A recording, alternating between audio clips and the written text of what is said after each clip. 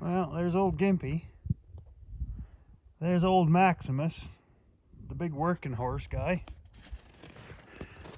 There's young Lamar, our new Studley Lamar.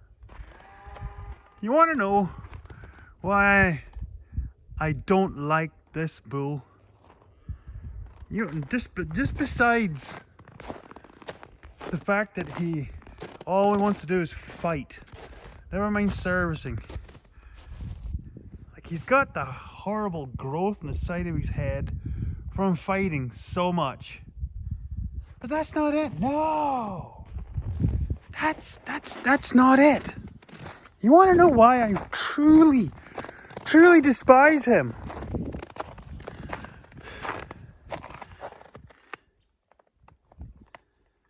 That's why.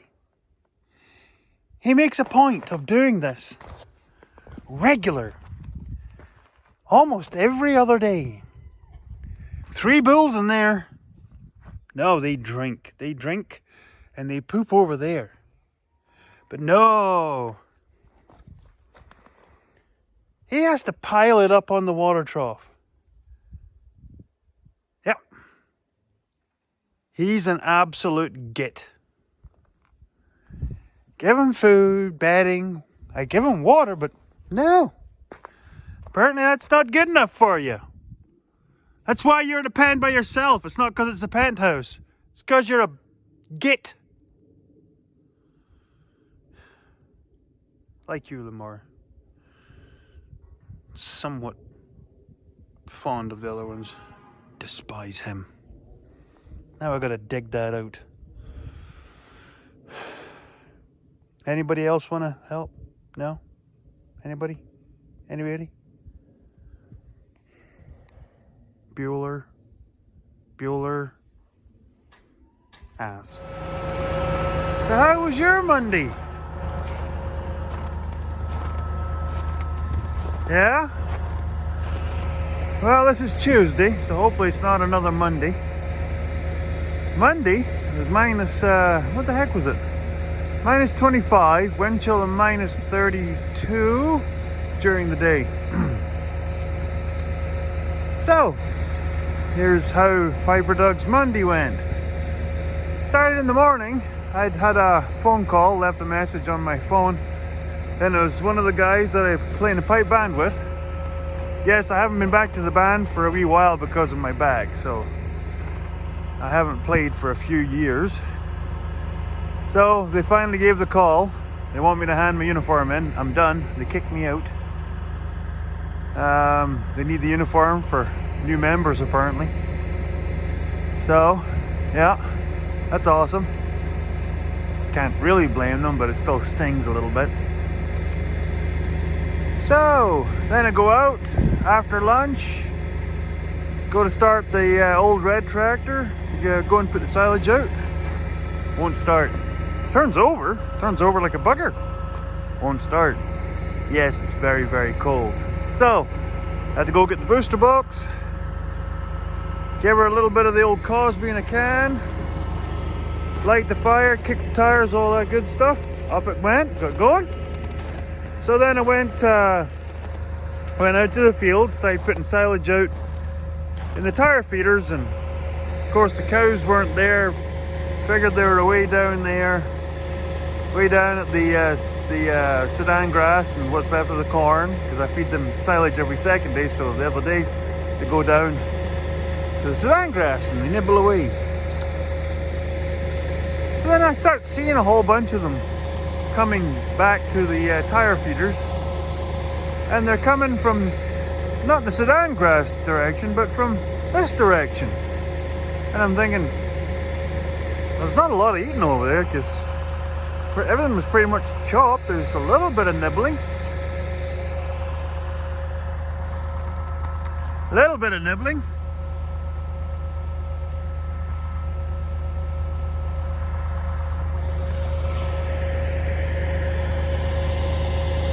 A lot of nibbling.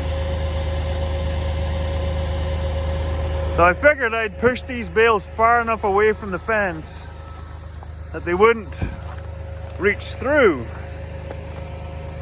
fairly good 6 feet. Apparently I must have pushed those ones back a little too far, and so they could actually reach them by pushing really hard on the barbed wire. So pushing really hard on the barbed wire ended up breaking the top strand and then climbing over this other 2 strands and knocking them off the post and destroying the bales. And then fully half of the cows, I don't know if you can see it here, I think it might have been here, no, it's over here. And then half the cows went off into the bale yard. So they were going around the bales, checking to see what bales were best. It's like, pardon my French, but it's kind of like, what do you call her? Goldilocks there. Whole bunch of them. Went around every bales, checking to see what one tasted the best. Then they found the silage pit. I might put some pictures in here.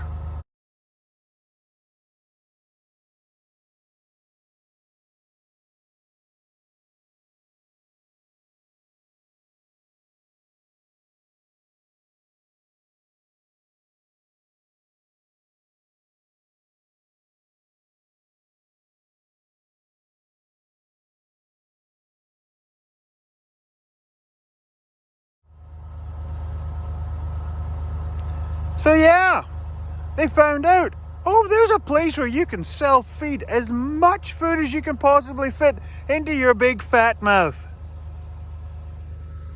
So, Piper Duck did a lot of running yesterday. He's trying to catch cows with a tractor and a mixer wagon. Didn't work out so well. Finally got a hold of Mrs. Piper Duck. She came to the rescue. Helped corral the buggers. I got them out. They were out on the summer road leaving. So we got them back into the yard, and then she blocked the road out of the silage pit. And then I walked them round and all the way down through the gate, and now they're locked out of here. They're blunking well locked out. They abused the privilege. So most of them spent the night locked in the corrals last night. Bedded them down with some corn stover, gave them a couple of cover crop bales. They're happy enough. But I think that's them. They're done in here. Not unless I can move all these bales, but I still think they'll just end up breaking the fence again. So until I get power on this, they just have to stay out. But I think that's them pretty well done. It's really cold. They need a lot of energy. So yeah, we're gonna have to keep them out now. So yeah, that was my Monday. And I'm going to fix this fence just to be sure.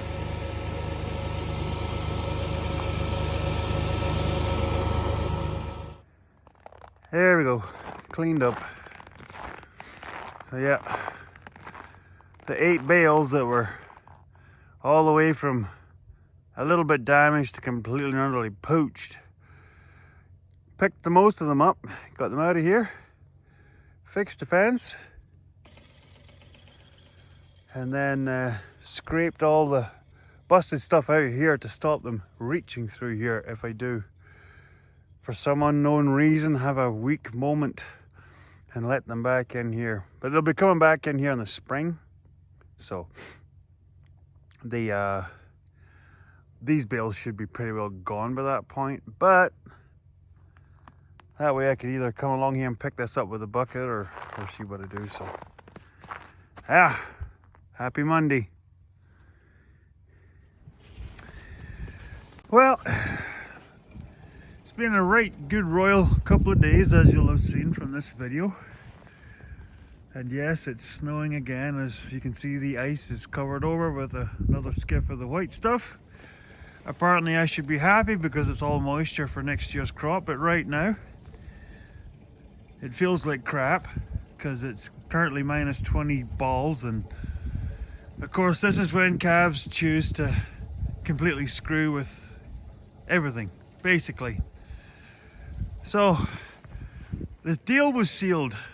That shelter that goes over those 2 corrals, very shortly we'll be coming across these 2 corrals. That way we can get the water trough and everything under roof to stop dealing with this crap. What happened? So after they punch the cover, that's the downside to these can arm water troughs. These covers on the top, they're only fixed down with little screws, and some calves got fighting, yeah, you guys, and sheared the screws off. So right now these planks, also from stopping them from climbing through here, because they have been known to do that, it's actually holding the box down. Well, when they were fighting, yeah, they pushed it on through, but they did something wonky to the ball cock, and needless to say, it jammed down. I think they pushed the box up against it again and jammed it closed. So they drank all the water out, and so the water is what keeps heat in that box. Okay, so the valve froze solid. Box still has power, but yeah, it froze up solid, so they were out of water this morning. So I come out here with the butane torch, what I quite often do. I heat up the elbow, which is metal, and the heat from that radiates through into the plastic valve. Thaws it out enough, the water comes up, the water deals with all the rest of the thawing. Well, it's so cold that my butane torch kept freezing. The valve kept freezing closed. And so it wouldn't work long enough to unthaw it. So what did Piper Doug do? Brought out his heat gun. What's his heat gun? His heat gun is Mrs. Piper Doug's old curling iron blow dryer thingamajiggery. So yeah, I keep that in the shop because I use it for doing little jobs that involve a small heat gun. It's not like shrink wrap heat gun heat, but it's enough. So yeah, cable's just long enough to reach down there and thaw it out. So yeah, recycling, otherwise known as Piper Doug, is fiscally challenged. Not physically well, I am physically challenged. Mentally challenged too, but fiscally. Money. I'm tight as a git, tight as a duck's bumhole. So yeah, there you go. Old hair dryers, keep them around. You never know when you might need them. Let's get on. So yeah, dropping off lumber. Saved a bit of hand bombing. Dropped off short ones at that end. I'll stagger them with the long ones and work my way back to the stuff I had already done over there.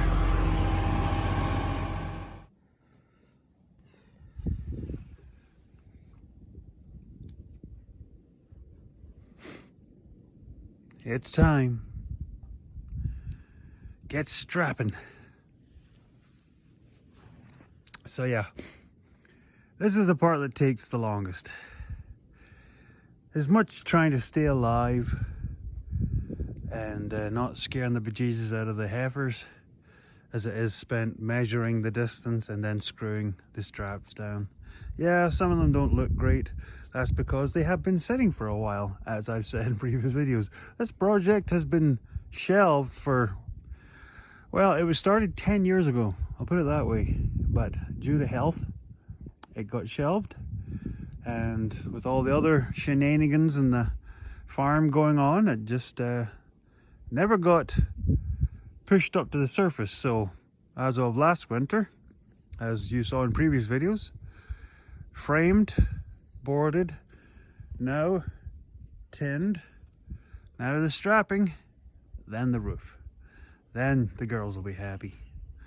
I want to try and get the roof on, and then I'm going to be going, one of the other projects that's actually currently going on in there right now that you don't know about, it's going to be to do with welding up the feed rails. Oh, we'll leave that for the drama, for the enticement to bring you back. So just, you know, go down there and subscribe and hit the like, not the dislike. I don't think it really matters. Anyway, so yeah. So hopefully you'll hear from me that I don't plummet to my death, land face first in a poop. So, let's get on.